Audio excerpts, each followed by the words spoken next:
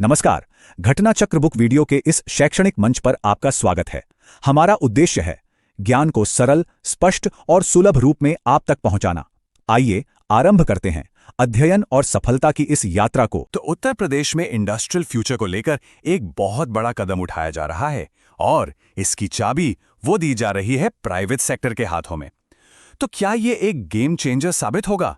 चलिए समझते हैं यूपी की इस नई प्लेज योजना को। देखिए, किसी भी राज्य के लिए सबसे बड़ा चैलेंज क्या होता है?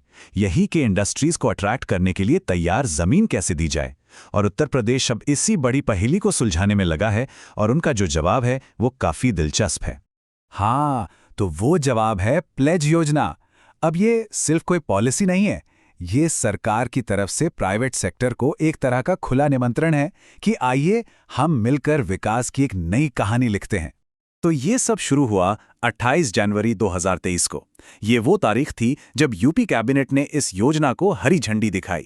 एक ऐसा दिन जिसने इस बड़े सपने को हकीकत की जमीन पर उतारने का रास्ता साफ कर दिया।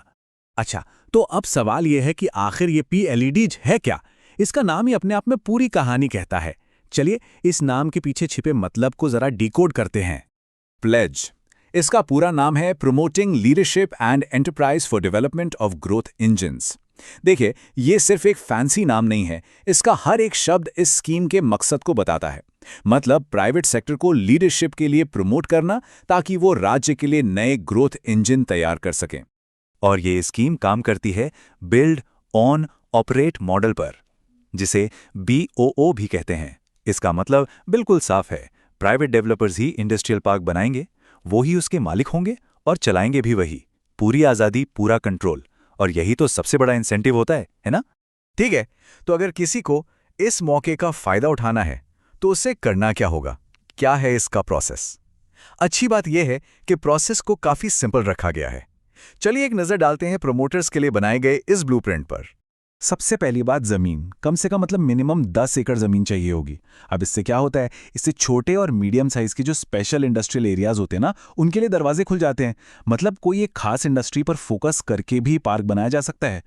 और अगर मैक्सिमम लिमिट की बात करें तो वो रखी गई है 50 एकड़। अब ये क्यों? ताकि जो भी प्रोजेक्ट्स हों वो मैनेजेबल रहें, उन्हें तेजी से डेवलप किया जा सके। और ऐसा ना हो कि बहुत बड़े बड़े प्रोजेक्ट्स शुरू तो हो जाएं पर फिर कंट्रोल से बाहर हो जाएं। प्रोसेस जैसा मैंने कहा बहुत ही आसान है। देखिए, 3 सिंपल स्टेप्स हैं। पहला, जमीन एक्वायर कीजिए। दूसरा, अपने प्रोजेक्ट का एक पूरा प्रपोजल बनाइए जिसमें सारे कागजात हों। और तीसरा, इसे अपने लोकल इंडस्ट्री सेंटर में जमा कर दीजिए। बस। लेकिन इस पूरी स्कीम में एक नियम है जो सबसे जरूरी है, एक ऐसा नियम जो ये पक्का करता है कि ये पूरी योजना अपने असली मकसद से भटके नहीं। चलिए देखते हैं कि वो क्या है। नियम बहुत सीधा और साफ है। PLDG स्कीम के तहत जो भी जमीन डेवलप होगी उसका सिर्फ और सिर्फ एक ही इस्तेमाल हो सकता है, वहां इंडस्ट्रियल यूनिट्स लगेंगी। बस, कोई रेसिडेंशियल प्रोजेक्ट नहीं, कोई शॉपिंग कॉम्प्लेक्स नहीं, सिर्फ इंडस्ट्री। और इस बात को ना पॉलिसी में साफ साफ लिखा भी गया है, जैसा कि इस कोर्ट में देखा जा सकता है।